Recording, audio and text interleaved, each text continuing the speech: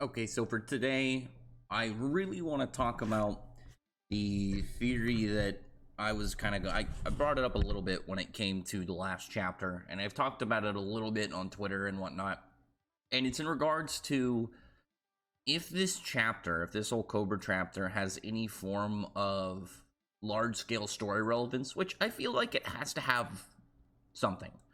Something that is going to play into the fact that Cobra is at somewhere relatively close to Magnolia, and it's considered joining the guild.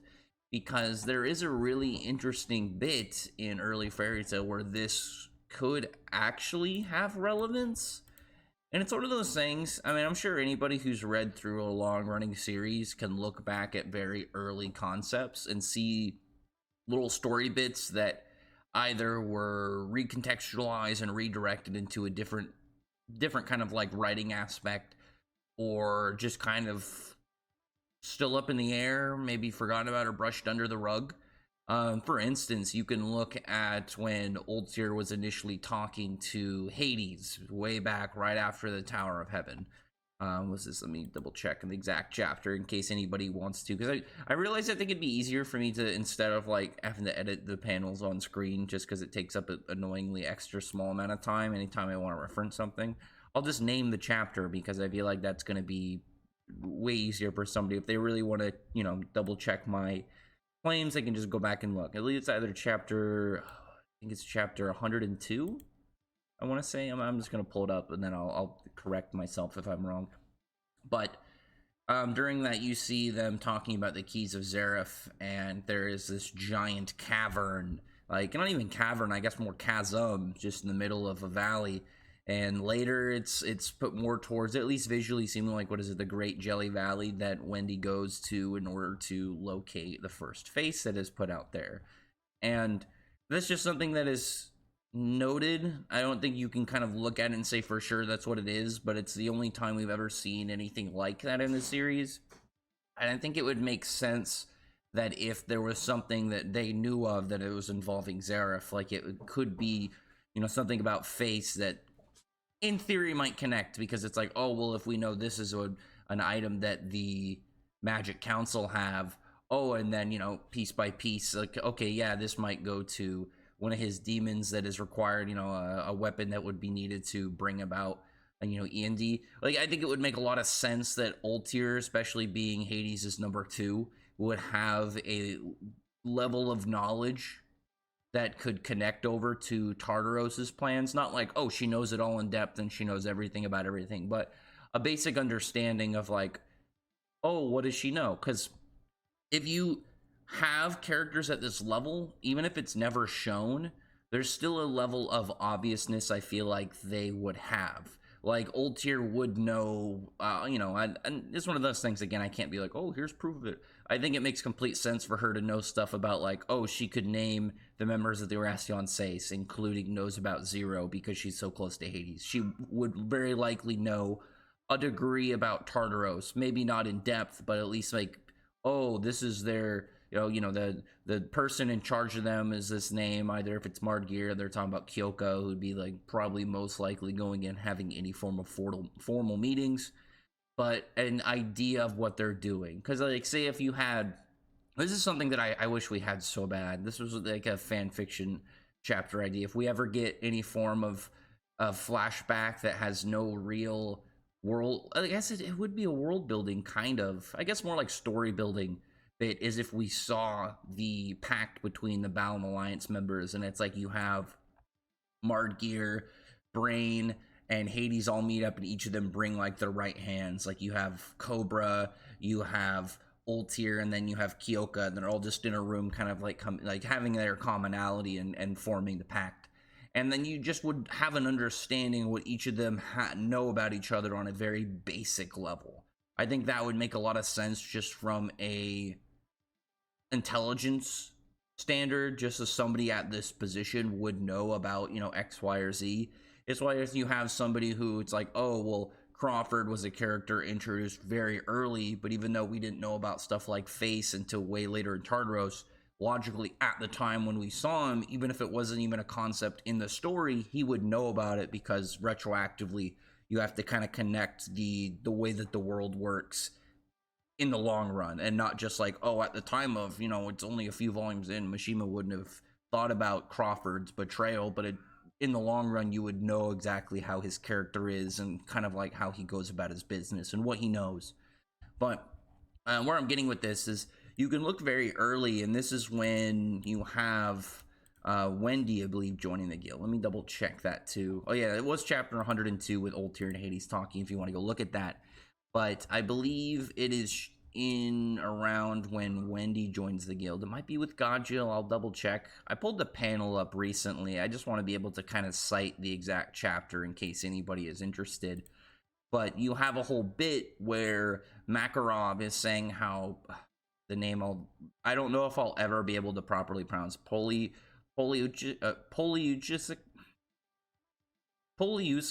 I believe that's how her name is pronounced.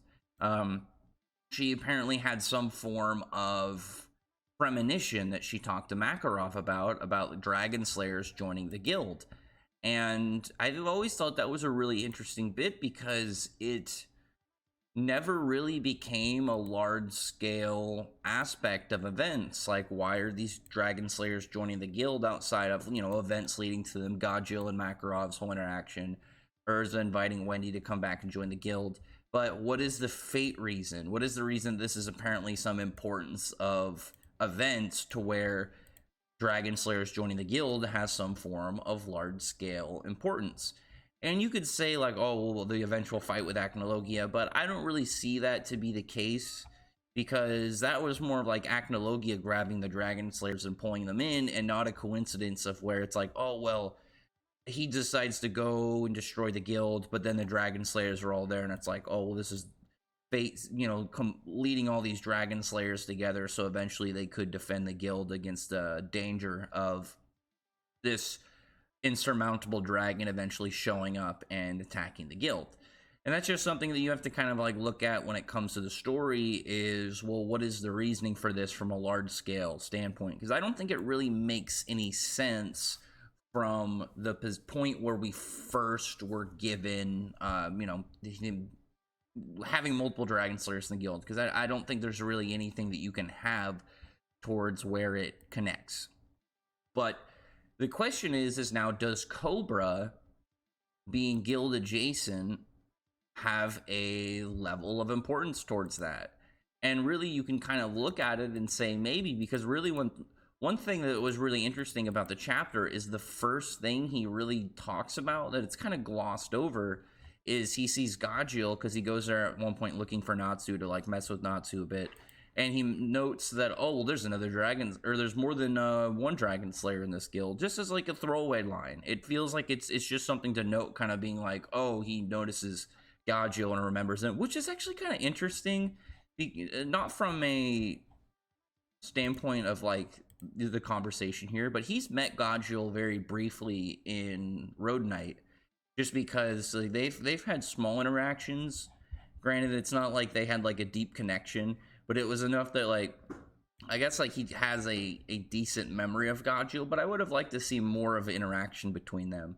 But if that is the case, is there going to be some reason to have him either, be in the guild or just kind of have him around? Because I don't think you really need to have him officially a member of the guild. I really like the idea of like you have the main three Dragon Slayers. Well, I say main three. I mean, I guess Laxus slight slander in there, I guess. Just because it's like he is, but I was talking about like main ones as like one's part of the Dragon Slayer plan. But you have those three. You have Laxus, obviously. You have Sting and Rogue as guild allies, as Sabretooth being allied to Fairy Tail. And then you have Cobra, who I talked about a bit in the chapter review.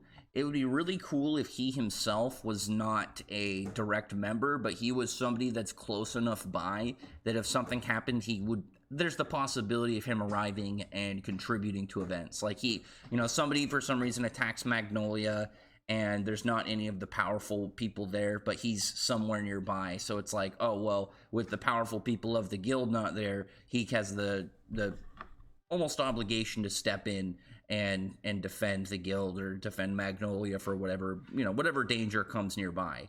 I think that would just be really cool from a constructual standpoint of how events led to him being a like back pocket defender. But it ends up leading to the point where it's like, well, what is exactly the plan with this? Because if there is something going on with it, I think it would be set up for Ignia's arc. And one of the ways that this can connect again and make a lot of sense is if you go back and look at the mural that was used for the Dragon King Festival back in the Grand Magic Games, it doesn't really look like Acnologia, and I've always found that to be extremely interesting from just a large-scale story standpoint, because this was some form of strange prophesized mural that definitely was important. It doesn't have to be, oh yeah, it doesn't have to be referenced 50 times, but just to have it in there to where it could just be a, you know, it could just be a foreshadowing, a premonition of events to come. It could be something back pocket that is beyond what we saw in, you know, in the fight leading up to Acnologia.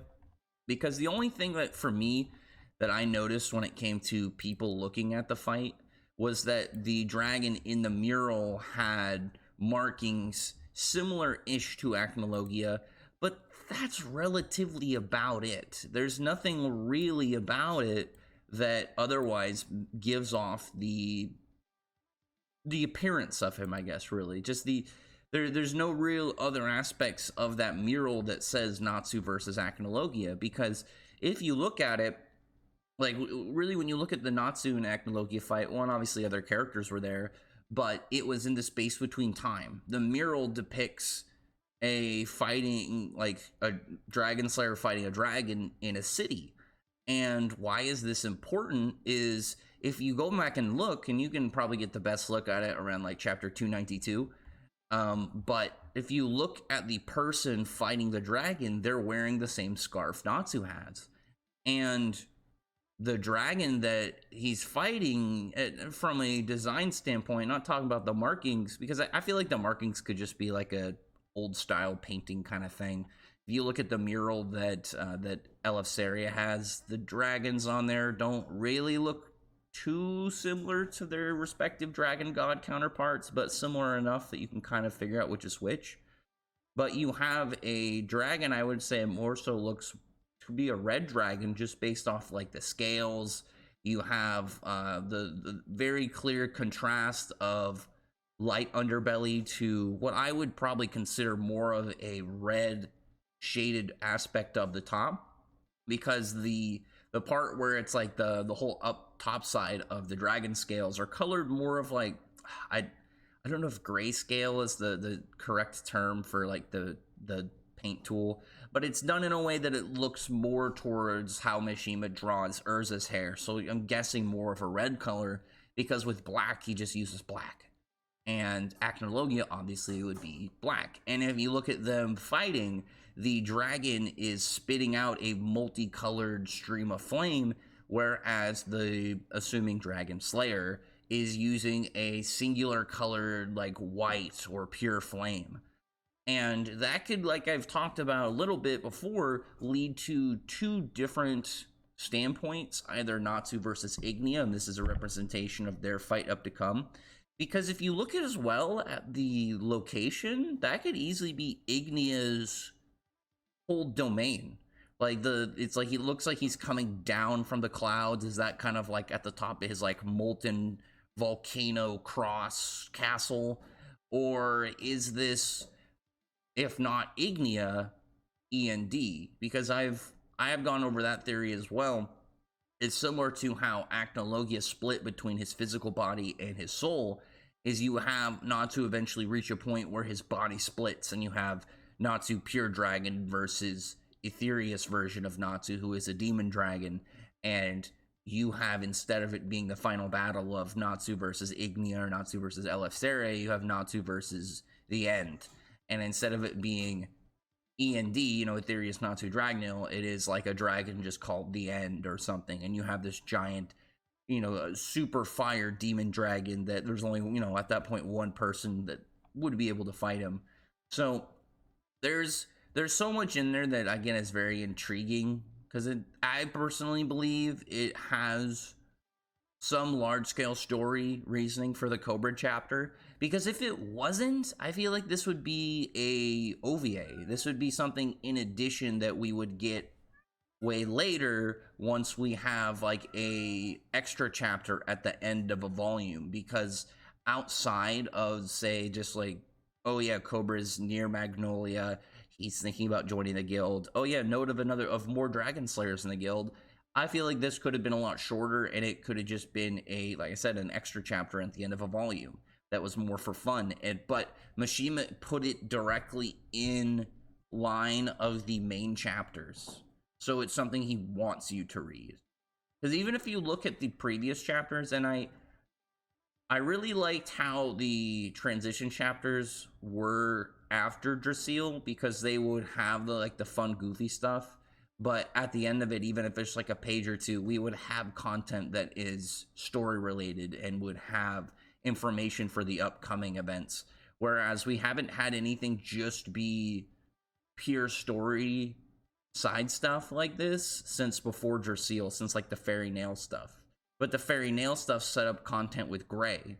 So is that what's going on here? Like the Cobra stuff is going to be important in say like another volume or so, where we can kind of see where it gets connected? Or is it going to just be, you know, for fun and putting Cobra off on the back burner? Because really, when you look at it, Cobra is the only dragon slayer out of like the 7 that fought Acnologia that wasn't in a way easily tie into the plot.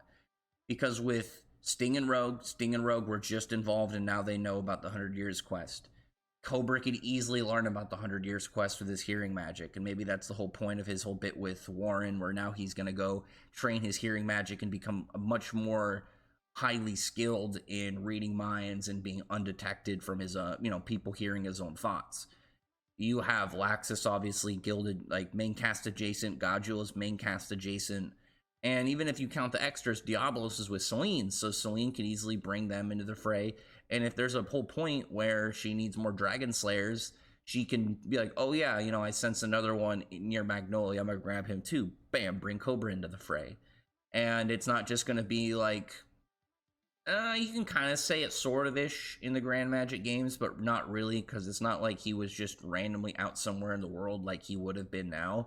Like Cobra could realistically have been anywhere, but he's been, I mean, really, when you think about it, though, it makes sense for him to be nearish to the guild since his fiance's there. And, you know, when you look at it prior and you look at it with Grand Magic games, it's like, yeah, the dude is in jail. So it's like, Mess is going to know where he's at. But tell me what your thoughts are about this, because I would really like to go more into the potential for all this. If Ignia is this larger end villain than people really anticipated. Because with Acnologia has always existed more of a raid boss, kind of like story events boss, to where he wasn't going to be a Natsu 1v1. With the whole bit with Ignio at the end of Tartaros and Natsu saying how he's going to get strong enough to beat him, that's the only thing where ever really it seemed personally set on it. But after the time skip, Natsu very clearly came to terms with a lot of things and didn't hold a grudge against Acnologia. Whereas with Ignia, there's way more of a personal reason for him to have beef. But also, this is the time where Natsu, growing to where he can 1v1 this dude is much more feasible. Whereas, like, when you look at Natsu at the very beginning of Alvarez and where he was strength-wise, and then you see just, well, Acnologia was able to completely blitz, one-shot, kill God Serena, and then August, who, as clairvoyance, couldn't even foresee it happening or process what happened until it was already over. So just the massive gap between Natsu at the time and Acnologia at the time. That's why Acnologia logically had to be defeated by a group and to have more in there than just, oh yeah, they get powerful enough to beat him. Whereas now, Natsu has been growing. He's had another year plus on top of where he was with Alvarez, the fights from Alvarez, increasing his experience. Having all these opponents that have pushed him both closer to his level, like Suzaku, opponents that are more tricky and then are just hard for him to kind of work around, like Mad Mole, or Wraith, and then people like, Dogromag and Alderaan that have just pushed him to his absolute limits, and he's needed to pull out all the stops and then work with others in order to defeat. So he has way more rounding main character kind of moments to step him up to that position, moving in to Ignia's arc. And I think that might be something that Mishima has always intended, because like for me, there were only two ways that I could have that I thought otherwise it would have went. Like I remember, this is like a closer, I remember when Alvarez was starting and I figured that Emperor Spriggan was going to be a completely separate character, and then we found out it was Zareth, so Zareth tied into all that. And then we had Acnologia, so it's like, okay, well, is Acnologia going to have his own arc, or is he going to be involved in this? And Acnologia showed up again. And then the question following that was, is he going to be defeated in this arc, or is he going to end up surviving and going on to his own personal arc? Space between time happened, and personally I would have really liked it if he got locked up and then way later came back as like he was like a hushed threat for a little bit, but we knew he was returning. I think that would have been really cool, but I think it makes a lot of sense for how the story progressed for him to die, because it opens up stuff for the dragon gods to start moving and for all these events to take place. Because otherwise it'd be like, well, the dragon gods are just coming out and they're going to try and be active until this guy gets out, or what's the plan? But as it were, we got obviously this arc just getting, well, I can't even say just getting started, it hasn't gotten started yet. I'm really hoping the next chapter, even if it's just another fun chapter, ends with some form of Ignia content. I really am excited for this arc.